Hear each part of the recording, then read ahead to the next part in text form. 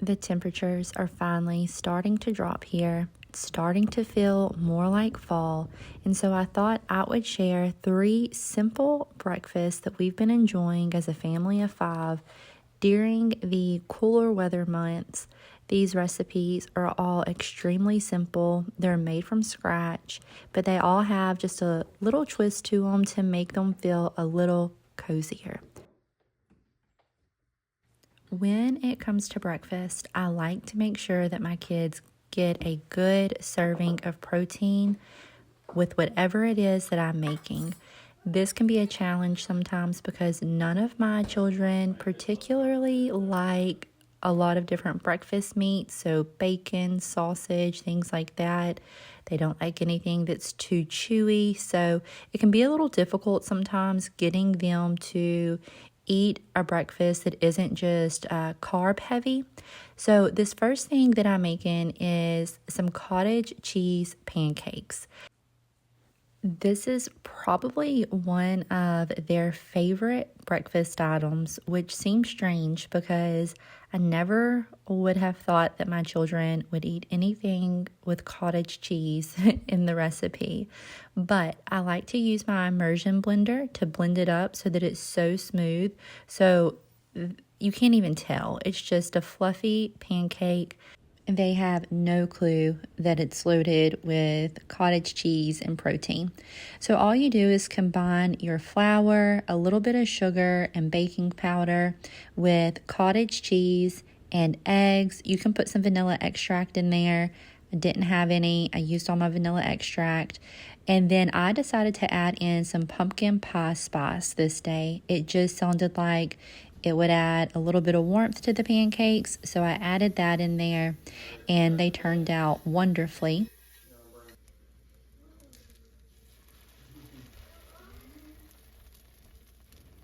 I love to take simple recipes like this and just use them over and over with little adjustments throughout the year to change up the flavor. So sometimes I'll add in chocolate chips or I may add in some blueberries, but I'm still using this same base recipe. And it makes busy mornings like this one here so much easier when I'm not having to come up with something totally new or different and we're needing to get out of the house. Moving on to another breakfast that I have on repeat all throughout the year. These are egg bites. I have tried to make egg bites in the past and not been impressed, where you just take and break the egg into the muffin tin, or you just whisk all your eggs together like you would for scrambled eggs and then pour it into the muffin tin. And they just always came out a little too tough. I didn't care for them reheated. And so whenever I discovered this recipe for egg bites and the cooking process, we have just had it on repeat.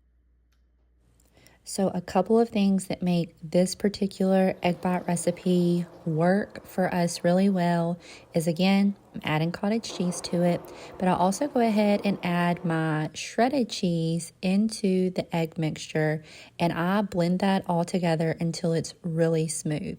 This makes the eggs almost have a creamy texture. They're set when they come out, but I don't know, they're just softer and fluffier. But I also have discovered that you need to cook these on a lower temperature with a pan of water in your oven in order to create a steamy environment. So I put a glass baking dish in my oven with about a cup of water, and I turn it on to 300 degrees, and they take a little longer to cook, probably 25 or 30 minutes.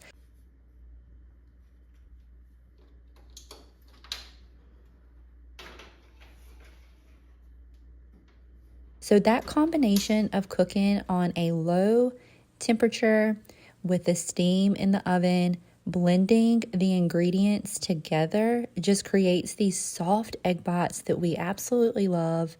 You could add vegetables. You could add another protein source, some cooked bacon, some cooked sausage.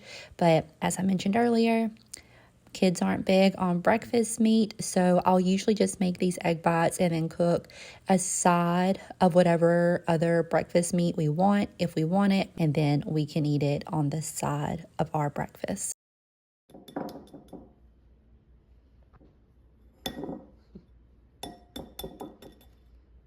For the final recipe, I had a little helper in the kitchen with me that morning. The baby and my oldest son were still sleeping, but my middle son, he loves to help in the kitchen. So we've been working on cracking eggs. He is trying his best to do it. It's still a little difficult for him to get the shells broken apart, but we're making it. Anyways, what we're making is a Dutch baby. This is another one of those recipes that you can change up the flavor of it by just making a couple of simple swaps throughout the year.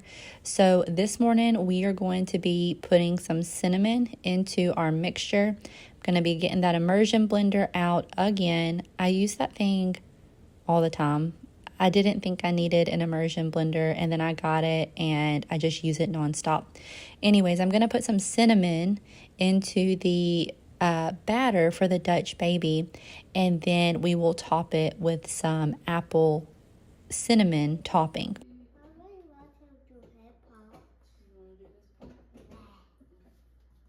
While you are mixing together all of your ingredients for a Dutch baby, you want to go ahead and have your skillet getting hot in the oven. So my oven is on 450 degrees. There's a cast iron skillet in there getting nice and hot. I want to be able to take it out and put my butter into it so that it can melt. And then you just pour your batter into the nice buttery skillet. Put this in the oven and let it bake. It's going to puff up nice and big, which the kids always get a kick out of watching. And then while that's in the oven, you can go ahead and get started on whatever type of toppings you may want. If you don't want to make any toppings, you can just sprinkle a little powdered sugar over the top. It's really good when the powdered sugar melts into it. Or just a little maple syrup or honey on the top of it, or some fresh berries. You can also do the savory instead of sweet. So I've never tried it that way, but I have seen people add different cheeses and, salt, pepper, things like that to it. Like I mentioned, I decided to go with apples this morning because it just feels like the right time of the year for some cinnamon apple topping. So took my cast iron skillet, put some diced up apples in there with a little brown sugar and cinnamon on top of it. You could put butter in there and cook them down in butter. I felt like the Dutch baby was already buttery enough, so I just put a little splash of water in there. I let those apples cook until they were nice and soft, and about that time, the Dutch baby was ready to come out. And we just served this with the cinnamon apples on top, a big glass of milk, and that was it for breakfast this morning. It didn't need any maple syrup or anything like that on top because the apples were nice and sweet, but you could definitely drizzle some extra syrup on there if you wanted to. So that is it for our simple fall winter breakfast that we are just coming back to again and again. They're simple, they're cozy, they're easy to make with whatever you have at home. I will put full recipes down in the description if you want to try them for your own family. Thank you guys for watching, and I will see you next time.